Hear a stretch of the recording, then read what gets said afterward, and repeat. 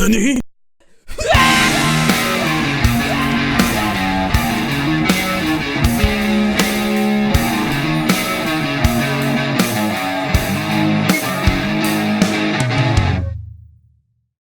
Un million d'abonnés. 1 million d'abonnés. Merci. Je sais pas quoi dire, c'est énorme, c'est incroyable, voilà, enfin j'en rêvais, c'était inattendu, je voyais les chiffres qui montaient petit à petit, et voilà, je voyais le compteur qui allait exploser, quoi, tout simplement. Donc merci de me suivre, merci de partager le contenu, merci de réagir autant à ce que je fais, et voilà, et 1 million d'abonnés, bah c'est juste fou, donc merci à vous. Elian, Et tu n'as pas de vidéo, tu n'as pas d'abonnés, tu n'as rien fait encore. ah bon? Non, tu n'as pas de vidéo. Ah, y a pas d'abonnés du coup, y a pas de vidéo. D'accord, bon. Ah, j'avais pas... Bon bah, on se laisse pas abattre. On va faire la première vidéo s'il y en a pas, hein. Alors, allez, c'est parti. Allez, oust, allez, ça part, allez.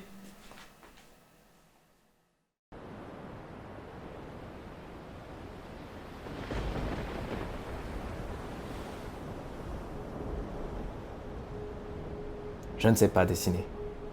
Cette phrase que j'ai entendue souvent ne fait pas grand sens. Un crayon, une feuille, une ligne, c'est tout ce qu'il faut en théorie. Tracer une ligne puis deux pour figurer quelque chose, ou pas d'ailleurs, c'est inné chez l'homme. Une pulsion graphique résonne en chacun de nous depuis notre venue au monde, et depuis toujours, l'homme dessine. Est-ce que les hommes de Lascaux ont eu recours à des tutoriels sur YouTube pour peindre les parois des grottes? Pas sûr. Si certains continueront d'assouvir ce désir tout au long de leur vie, d'autres au contraire préféreront s'en écarter très tôt pour laisser la place à ceux qui le font prétendument mieux. Pourtant, la richesse de leur imagination n'est pas en reste et tout le monde aime dessiner.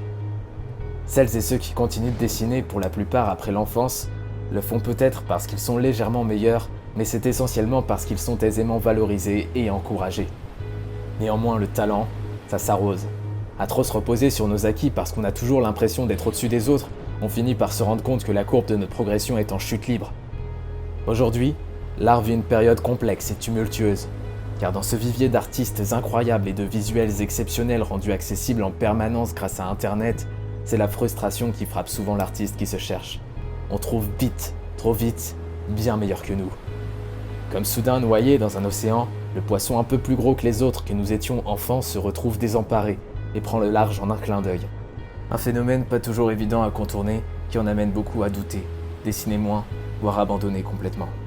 Paralysé par la crainte de voir son œuvre remise en cause ou de ne pas réussir à dessiner parfaitement ce que l'on voulait, on préfère se barricader dans notre zone de confort, voire ne plus rien produire du tout. Je fais partie de cela parfois.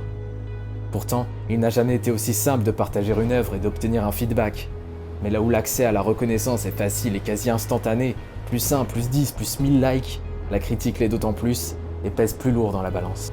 C'est notre ego qui est exposé, un ego qui nous est cher, se nourrit de positif et craint d'être entaché par la critique.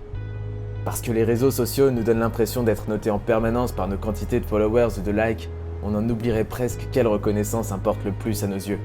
Un bouton like pressé par une poignée d'inconnus ou le regard et le sourire émerveillé d'un proche face à notre œuvre.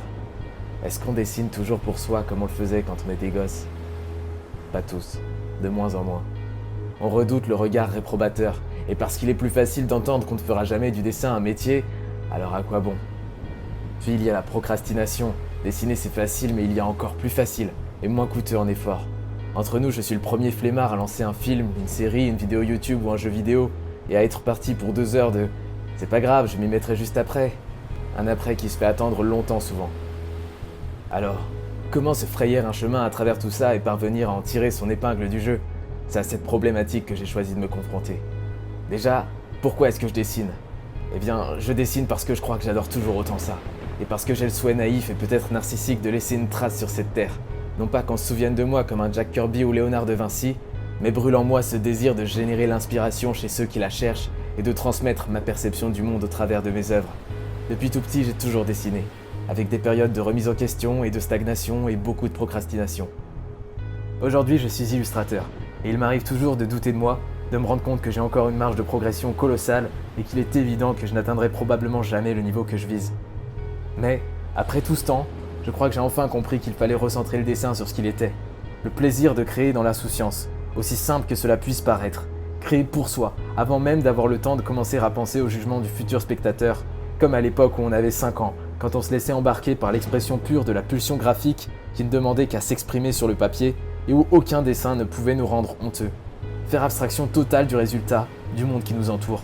Comme si, seuls nous et notre plaisir de dessiner importaient. Pouvoir échanger avec un autre artiste en laissant de côté l'ego, en partageant dans la bienveillance, se tirant vers le haut, l'un l'autre. Pouvoir admirer son prochain plus doué que soi, voir en lui un moyen d'optimiser ses compétences plus qu'une occasion de se brider sous prétexte qu'on ne se sentirait pas à la hauteur. Et parce qu'arrivera un jour où je ne serai plus capable de tenir un crayon tant l'arthrose persécutera mes doigts, je veux dessiner le plus possible tant que je peux. Ce qui m'anime au-delà du dessin, c'est de continuer à en comprendre les mécaniques et établir les méthodes ultimes pour être sûr de bien progresser. Je souhaite rassembler ces artistes qui veulent s'améliorer et évoluer autour du dessin et de l'illustration. La seule chose qui compte au final, c'est votre ambition créative. Si vous voulez recopier des mangas ou des comics, faites-le. Des taches, des boîtes, des mechas, un visage, des paysages, des filles toutes nues, des hommes tout nus aussi, vous avez le droit, ou des horreurs que vous ne pourrez montrer à personne sous peine de finir à Arkham, ne regrettez pas plus tard d'avoir laissé ça de côté car c'est bien trop précieux. Parce que votre art n'est pas forcément destiné aux autres, vous pouvez dessiner dans l'ombre tel un Zetsu noir si cela vous aide à créer. Le dessin c'est un plaisir, c'est la joie d'explorer l'imaginaire, de cristalliser et d'interpréter une pensée. Le cerveau fait la synthèse de tout ce qu'il voit, a vu, a rêvé ou pensé et fait de son mieux pour le restaurer. Dessiner, c'est comprendre le monde, décrypter les formes qui nous entourent, réinterpréter le réel. Le dessin est infini et éternel dans l'abstrait comme dans le concret, puisque personne ne pourra vous l'enlever. On n'apprend pas à dessiner, mais on peut devenir meilleur. On peut dessiner 10 minutes ou 10 heures par jour et apprendre à le faire bien. L'objectif de cette chaîne, c'est de partager des moyens, des conseils, mon expérience pour vous aider à vous optimiser, à dessiner davantage tout en considérant vos points forts et ce que vous avez envie de mettre sur le papier. Alors faites-vous confiance et produisez, sans rien attendre du résultat. Un crayon, une feuille, une ligne, ça commencera toujours comme ça. Dessinateur, rassemblement.